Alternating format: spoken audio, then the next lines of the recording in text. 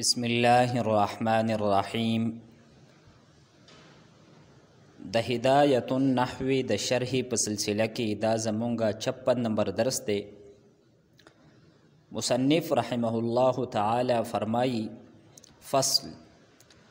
الحال لفظ يدل على بيان هيئة الفاعل أو المفعول به أو كليهما، نحو جاءني زيد راكبا وضربت زيدا مشدودا ولقيت عمرا راكبين.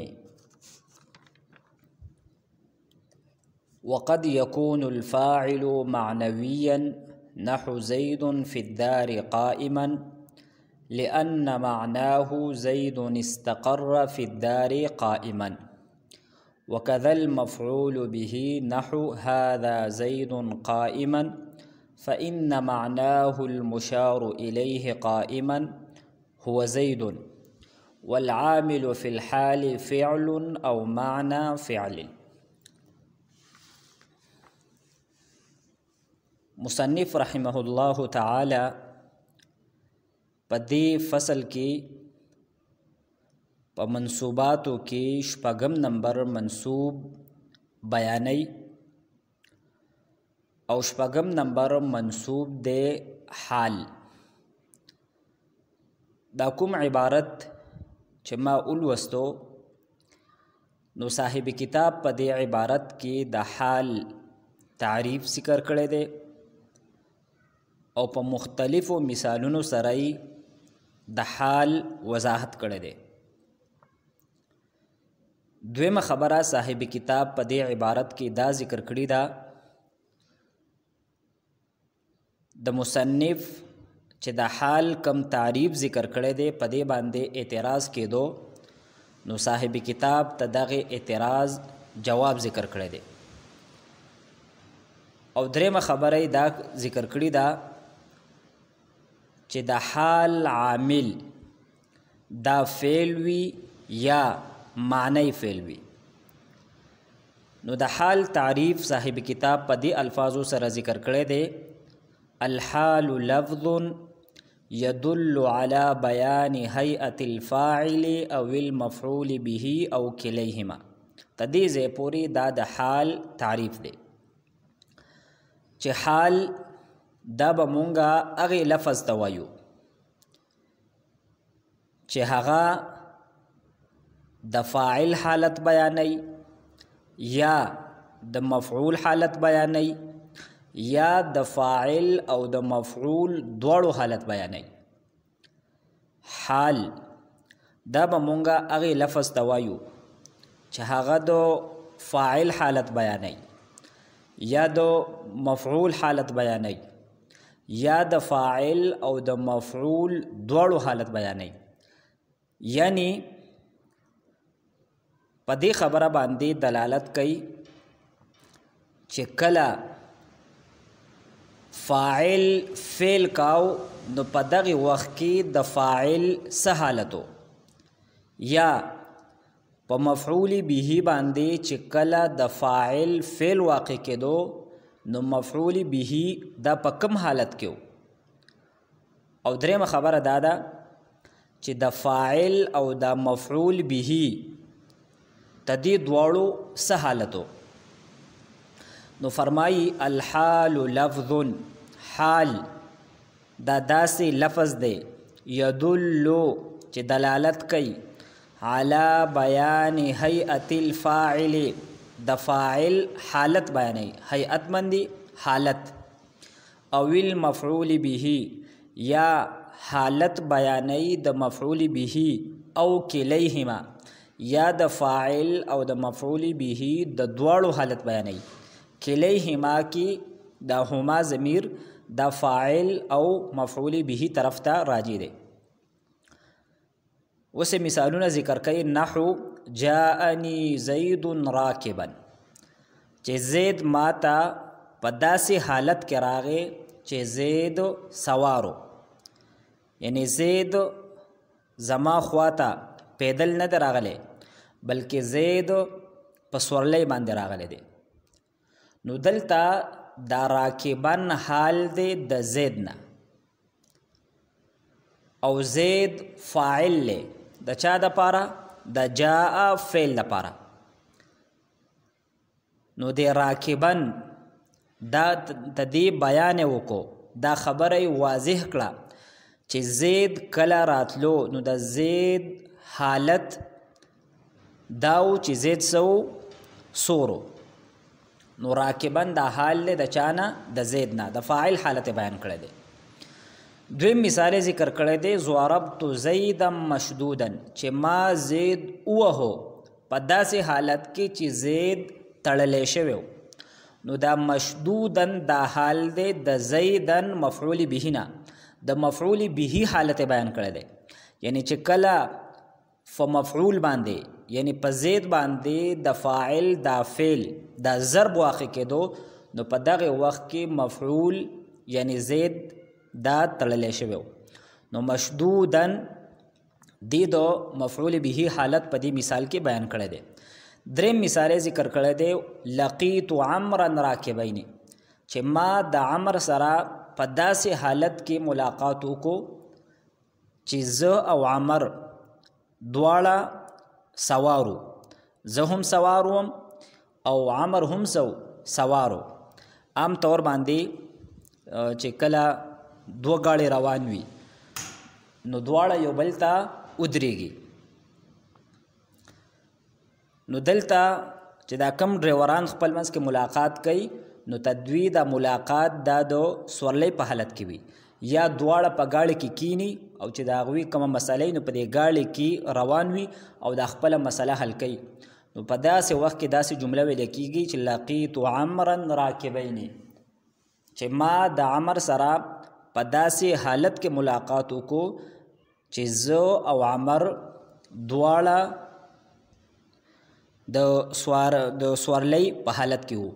نو دلته راکبین حال دی د فاعل او د مفعول دواړو نه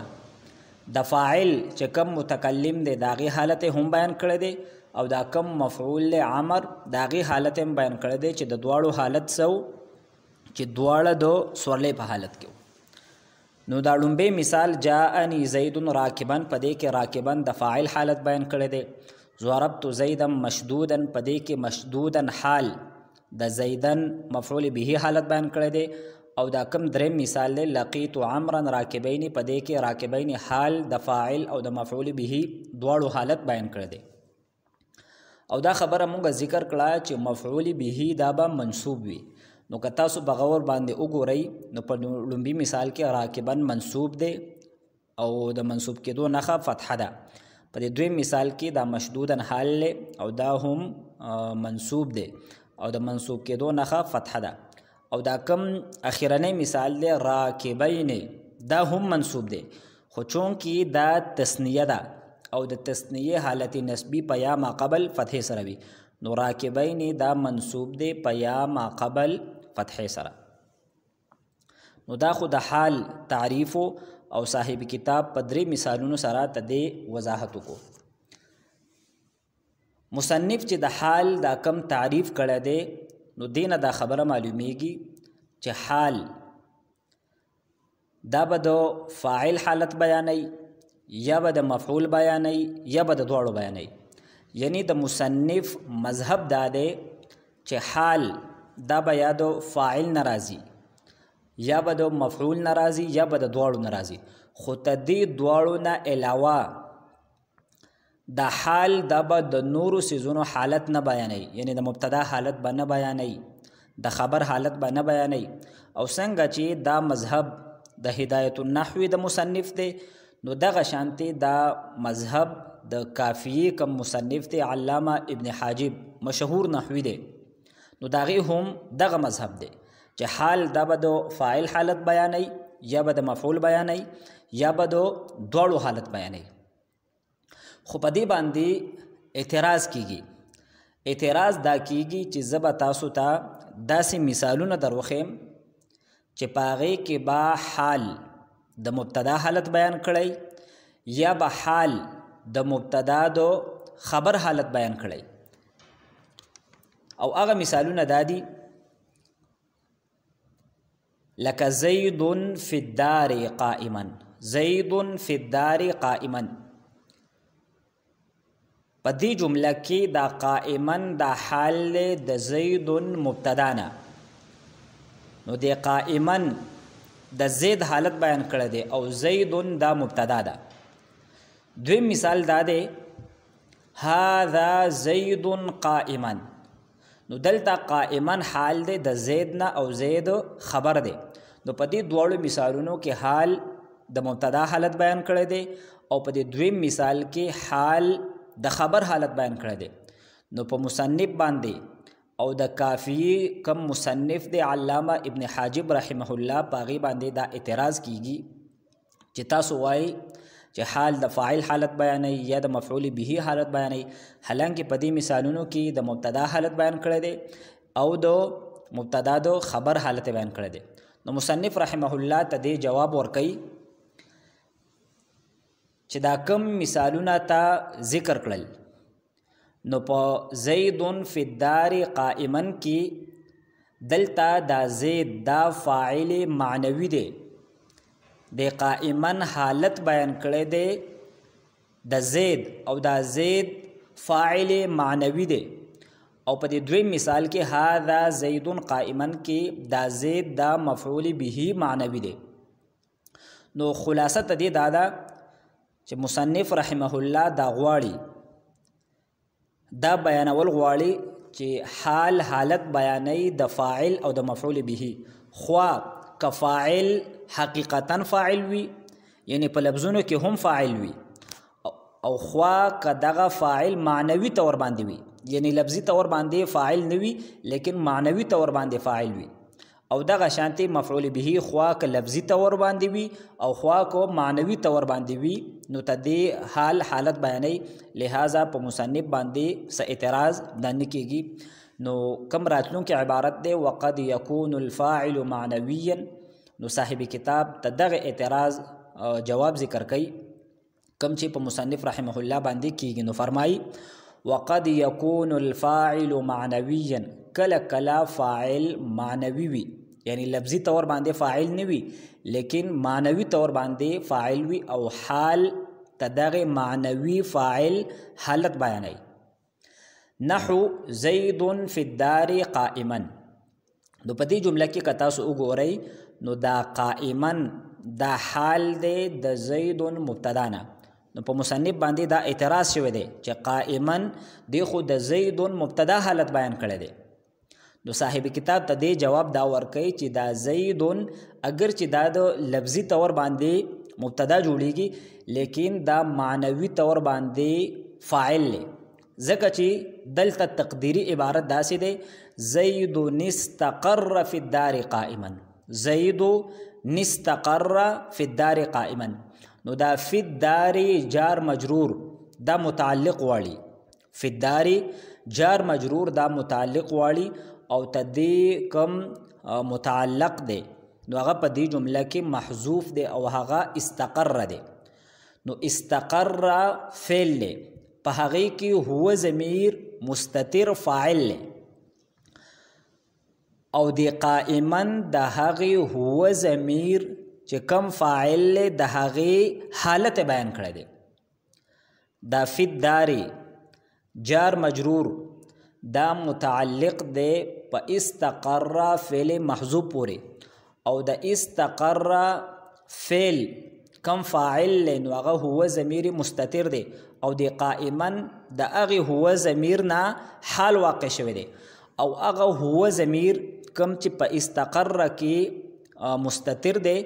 نو هغه راجع دی زید طرف ته. نو د زید او د هو ضمیر مصداق یو دی، د زید نه هم د زید ذات مراد دی او د هو ضمیر نه هم مراد زید دی. نو زید او د هو ضمیر مصداق یو دی. نو اگر چې دلته دا زید لفظي طور باندې دا مبتدا ده او لفظي طور باندې دا فاعل نه دی لیکن معنوي طور باندې دا زید فاعل دی، ځکه چې د دې زید او په استقر کې چې کم هو ضمیر مستتر دی د دواړو مصداق یو دی نو هو ضمیر فاعلو نو دغه شانتي دا زید هم معنوي طور باندې فاعل دی ځکه چې د هو ضمیر او د زید د دې دواړو مصداق یو دی. لہذا مصنف وای چې زما کم مذهب دی پاغه باندې اعتراض نه کیږي. ځکه چې دلته فاعل اگر چې لفظي طور باندې نه دی لیکن دا زید دا معنوي طور باندې فاعل دی او زما د فاعل نه مراد عام دی خوا که فاعل لفظي وي او خوا که فاعل معنوي وي نو فرمایي وقد يكون الفاعل معنويا کله کله فاعل معنوي وي یعنی اصل خبره خدا ده چې فاعل لفظي وي لیکن کله کله فاعل معنوي هم وي نحو زید فی الدار قائما نو تدې مطلب دا دی لأن معناه تدې جملې معنی او تدې مطلب دا دی زید استقر فی الدار قائما چې زید دا پکور کې قائم دی چې زید پکور کې په داسې حالت کې دی چې زید ولاړ دی وکذا المفعول به څنګه چې فاعل معنوي کې دی شي نو دغه شانتي مفعول به هم کله کله معنوي وي عام او اصل خدا دی چې مفعول به لفظي وي لیکن کله کله مفعول به هم معنوي وي نو تدې مثال څه دی هذا زید قائما نو دلته دا خبره مخکې مونږ ذکر کړه چې دا اعتراض کیږي چې دا قائما دا حال د زید خبر نه نو قائما د حالت بیان کړی دی د زید خبر نو صاحب کتاب ته دی جواب دا ورکوي چې دلته د قائما حالت بیان کړی دی د مفعول به معنوي دا زید اگر چې لفظي طور باندې مونږ او تاسو ته خبر ښکاري لیکن دا معنوي طور باندې مفعول به دا د اشیر یا د انبه فعل محذوب د پاره ځکه چې د دې جملې مطلب دا دی هذا زید قائما یہ زید کړه ہے دا زید ولاړ نو دلته متکلم اشاره کړی دا چاته زید ته چې زید ولاړ نو دا کومه جمله ده ته دې جملې نسبت متکلم طرف ته شوی دی نو چې مونږ ته دې نه په لفظونو کې تعبیر کوو نو مطلب پیدا شي چې اشیر زیدا قائما متکلم دا وایي چې زید ته زه اشاره کومه چې دا زید دا د ولاړې په حالت کې دی یا انبهو زه تاسو خبر کومه زه تاسو له آګاهي در کومه چې زید دا ولاړ دی نو دلته دا هذا دا د اشیرو یا د انبهو په معنی باندې ده او د اشیرو او د انبهو د پاره دا زید مفعول به جوړیږي نو اگر چې زید دا لفظي طور باندې خبر دی لیکن معنوي طور باندې دا د اشیرو فعل محذوب د پاره مفعول به جوړیږي نو مطلب دا دی چې دلته دا زید دا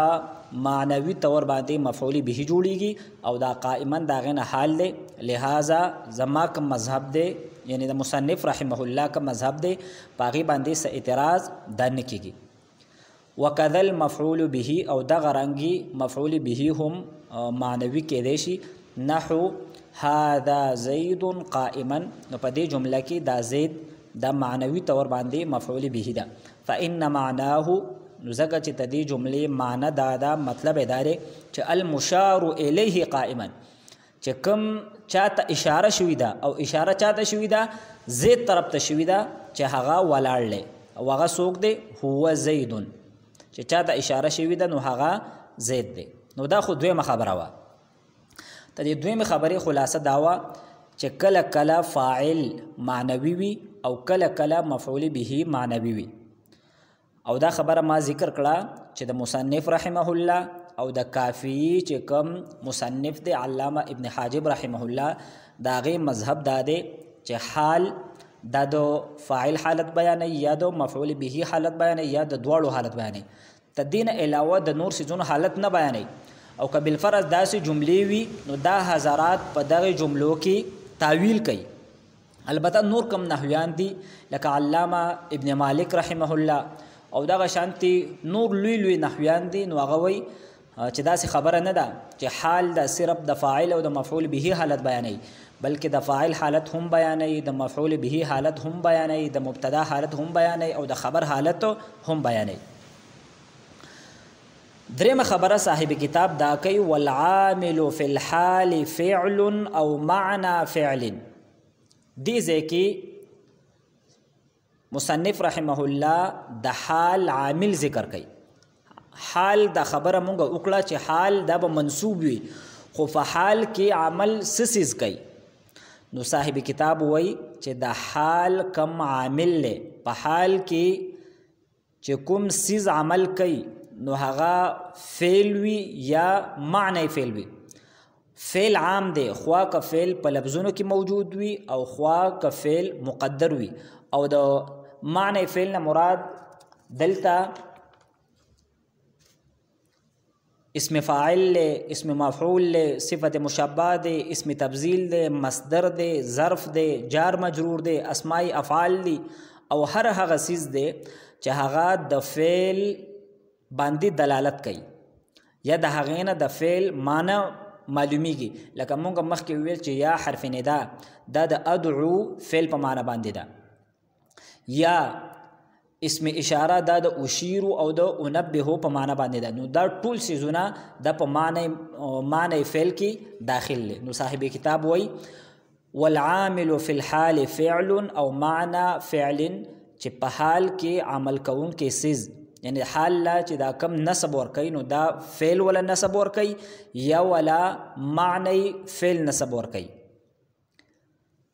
او د معنی فعل تدې مونږه وضاحت وکړو. نو راځو مونږه تدې عبارت ترجمه له او کم بعض اهم ترکیبونه دي. نو ان شاء الله تعالی دغه ترکیبونه دا به مونږه د الله پاک په توفیق او په فضل سره ذکر کوو. نو صاحب کتاب وای فصل دا په منصوباتو کې شپږم نمبر فصل له. الحال لفظ يدل على بيان هيئة الفاعل او المفعول به او كليهما. دا د حال تعریف دی چې حال داسې لفظ دی چې دلالت کوي د فاعل په حالت باندې یا د مفعول او یا د دواړو حالت بیانوي. نو دې ته څه وایي؟ حال ورته وایي. دلته د الحال مرفوع دی په ضمې سره او دا مبتدا ده. دا خبره مونږ کړې وه چې مبتدا او د مبتدا خبر فاعل او دغه شانتي نائب فاعل دا به مرفوع وي. نو حال مبتدا ده مرفوع ده په ضمې سره او دا لفظ يدل على بيان هيئة الفاعل او المفعول به او كليهما دا ولا خبر دی. لفظ دا موصوف دی او يدل على بيان هيئة الفاعل دا ولا صفت جوړيږي. او د دې لپاره قاعده مخکې مونږ ذکر کړی و چې کله د نکیرې نه وروستو فعل راشي نو عام طور باندې دغه نکیره موصوف جوړیږي او دا کومه جمله فعلیه ده دا ولا صفت جوړیږي. نو دلته هم لفظ نکره ده د دې نه وروستو يدل فعل راغلی دی نو لفظ موصوف دی او يدل على بیان دا ولا صفت جوړیږي. بیا موصوف صفت دا خبر دی دو الحال مبتدا لپاره. يدل على بیان هيئة الفاعل دا بیان هيئة الفاعل دا په خپل منځ کې مضاف مضاف الیه دي. درې اسمونه دي. په دریم نمبر اسم باندې الف لام داخل له او په دې نورو دو اسمونو باندې الف لام نه دي. نو دا په خپل منځ کې مضاف مضاف الیه دي. او المفعول به دا عطف دی په فاعل باندې او دا غشانتي کلیهما دا عطف دی په فاعل باندې یعنی على بیان هيئة الفاعل على بیان هيئة المفعول به او على بیان کلیهما یعنی على بیان الفاعل والمفعول به. نحو جاءني زيد راكبا جاء صيغه واحد مذكر غائب فعل ماضي معلوم نون وقايه یا ضمیر متکلم منصوب محلا مفعول به. د مبني چې کم اعراب دي نو هغه مونږه داسې وایو چې منصوب محلا که مرفوع وي نو مرفوع محلا که مجرور وي نو مجرور محلا ځکه چې په مبني باندې لفظي طور باندې اعراب دا نه راځي. او زید مرفوع بضمه لفظا دا فاعل او راکبا منصوب بفتحه لفظا دا ولا حال له. راکبا حال دی د زیدن و ضربت زیدا مشدودا ضربت فعل بفاعل نو دا کم تا ضمیر د په اخر کې لیکل کېږي خو تو خدا به مونږه تا وایو نو دا چونکه مبني دی ضمایر مبني وي نو مونږ به داسې وایو چې دا مرفوع دی محلا او دا کومه ضمه ده نو دا اعراب نه دی بلکې دا تدې حرکت دی همیشه د پاره به کم دا ضمیر دی نو په دې باندې به ضمه وي. او زیدن منصوب دی په فتحې سره دا مفعول به دی او مشدودن دا حال دی د زید نه. ولقیت عمرا راکبین لقیت فعل بفاعل عمرا دا منصوب دی په فتحې سره دا مفعول به دی او راکبین دا حال دی د عمر نه او راکبین دا منصوب دی په یا ما قبل فتحې سره. وقد يكون الفاعل معنويا او کله کله فاعل دا معنوي وي وقد يكون الفاعل معنويا کله کله فاعل معنوي وي نحو زید فی الدار قائما نو تدې مطلب څه دی زید استقر فی الدار قائما يكون الفاعل معنويا يكون فعل ناقص دی الفاعل دا ولا د دې اسم دی د فعل ناقص اسم دا هم مرفوع وي او خبر منصوب وي او معنوي نه خبر دی نو دا منصوب دی په فتح سره زید فی الدار قائما نو کد علامه ابن مالک او دا نور کم نحویان دي کدا غي په نسبت باندې مونږ ته دی ترکیب کو نو دا زید مبتدا بشي او فی الدار جار مجرور دا متعلق دی په ثابتون پوری یا استقر پوری دا ول خبر دی او دا قائما حال د زید ذو الحال نه دا زید مبتدا نه او کدا مصنف په نسبت باندې مونږ ترکیب کو نو دا زید دا مبتدا ده او فی الدار جار مجرور دا متعلق ده په استقر فعل پوری او په استقر کې هو ضمیر هغه مستتر دی او دا قائما دا غنه سده حال له لأن معناه زید استقر فی الدار قائما دلته به موږ داسې وایو زید نستقر فی الدار قائما دا اصل کې دی زیدن نو په آخر کې نون ساکن دی زیدن دال نون پیش دن ځکه چې کم د دو پیش تنوین وي دو زبر تنوین وي دو زیر تنوین وي باغې په آخر کې نون ساکن وي لکه با دو زبر بن آخر کې نون ساکن دی با دو زیر بن با دو پیش بن نو زیدن په آخر کې نون ساکن دی او دا شانتي دا استقر په شروع کې چې کما حمزه وصلی ده نو دا شروع کې چې کومه حمزه ده دا حمزه وصلی ده نو چې کله دا دواړه مونږ د یو بل سره ملاوو نو دا حمزه وصلی دا به غورځېږي نو زیدن کې نون ساکن دی او په استقر کې دا حمزه چې وغورځېدله نو سین ساکن دی نو دلته بیا قاعده دا ده چې کله دو ساکنین یو ځای جمع شي او لومبۍ پکې مده وي نو هغه مده به حذف کېږي او کچری مده نه وي نو بیا به لومبي ساکن له مونږ د کسر حرکت ورکوو نو مونږ به داسې وایو زیدو نستقر زیدو نستقر فی الدار قائما وکذا المفعول به او دغه شانتي مفعول به هم معنوي وي لکه نحو هذا زید قائما نو دلته دا زید دا مفعول به معنوي ده ځکه چې تدې معنی دا ده المشار الیه قائما چې کوم چاته اشاره شوی ده نو هغه ولاړ او اشاره چاته شوی ده زید ته شوی ده نو هذا زید قائما هذا دا مبتدا ده زید خبر ده او دا قائما حال ده زیدن او دا زیدن لفظي تور باندې دا خبر ده او معنوي تور باندې دا مفعول به ده د اشیر فعل محذوف ده پاره والعامل في الحال فعل او معنى فعل او په حال کې عمل کوون کې سیز دا فعل یا معنی فعل والعامل في الحال دا العامل دا مرفوع دی په ضمه سره دا موصوف دی او فی الحال دا جار مجرور دا متعلق دی په ثابتون پوری یا کائنون پوری نو دا ول صفت جوړیږي العامل موصوف د پاره بیا موصوف صفت دا مبتدا ده او دا فعل او معنى فعل دا ول خبر دی دا معنى فعل عطف دی په فعل باندې نو څنګه چې فعل مرفوع دی نو دا غشان دي معنی هم مرفوع دی خو چونکه په معنی په اخر کې الف مقصوره ده نو په لفظونو کې اعراب نشته دی نو معنی دا مرفوع دی په ضمه تقدیری سره نو دا موصوف صفت دا بیا خبر جوړیږي د العامل فی الحال مبتدا لپاره دا کوم سبق چې مونږ ذکر کو تدې خلاصه ز یو ځل ذکر کومه د ټولو نه لومبې مونږه د حال تعریف کو چې حال داسې لفظ دی چې هغه د فاعل یا د مفعول به یا د دواړو حالت بیانوي او بیا مونږه د هر یو د پاره مثال هم ذکر کو دویمه اهمه خبره مونږه دا وکړه